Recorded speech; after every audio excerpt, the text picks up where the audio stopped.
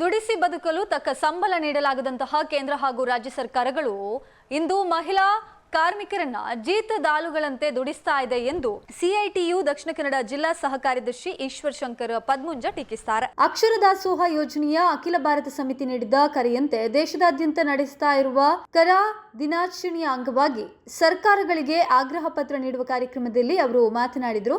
2008ರಿಂದ ಕೇಂದ್ರ ಸರ್ಕಾರ ಸಂಬಳ ಏರಿಕೆ ಮಾಡಲಿಲ್ಲ, ಮಾತ್ರ ಅಲ್ಲ ನರೇಂದ್ರ ಮೋದಿ ಸರ್ಕಾರ ನಮಗೆ ₹1 ಸಂಬಳ ಏರಿಸಿಲ್ಲ ಎಂದು ಟೀಕಿಸಿದ ಅವರು, ಬೇಟಿ ಬಚಾವೋ ಎನ್ನುವ ಮೋದಿ ಸರ್ಕಾರವಾಗಲಿ, ಮಹಿಳಾ ಶಕ್ತಿ ಹೆಚ್ಚಿಸುವೆವು ಎನ್ನುವ ರಾಜ್ಯ ಸರ್ಕಾರವಾಗಲಿ ದುಡಿದ ವೇತನ ಮೊದಲು ನೀಡಲಿ ಎಂದು ಅವರು ಆಗ್ರಹಿಸಿದರು. ಬದುಕುವ ವೇತನ ನೀಡುವಂಥದ್ದೇ ನಿಜವಾದ ಬೇಟಿ ಬಚಾವೋ ಹಾಗೂ ಮಹಿಳಾ ಶಕ್ತಿ ಬಲಪಡಿಸುವ ದಾರಿ ಎಂದರು.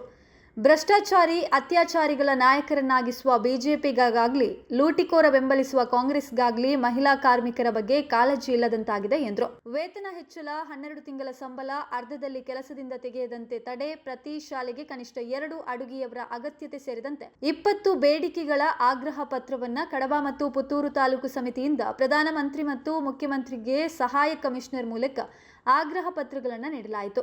ಆ ಸಂದರ್ಭದಲ್ಲಿ ಅಕ್ಷರ ದಾಸೋಹ ನೌಕರರ ಸಂಘದ ಪುತ್ತೂರು ತಾಲೂಕು ಸಮಿತಿ ಅಧ್ಯಕ್ಷರಾದ ರಂಜಿತಾ, ಕಾರ್ಯದರ್ಶಿ ಲತಾ ಕೊಂಬೆಟ್ಟು, ಖಜಾಂಚಿ ತೆರೇಸಾ ಹಾಗೂ ಕಡಬ ತಾಲೂಕು ಸಮಿತಿ ಅಧ್ಯಕ್ಷರಾದ ರೇವತಿ, ಕಾರ್ಯದರ್ಶಿ ಸುಲೋಚನಾ, ಖಜಾಂಚಿ ಹೇಮಲತಾ, ಮೂರಾಜೆ ಮೊದಲಾದವರು ಉಪಸ್ಥಿತರಿದ್ದರು.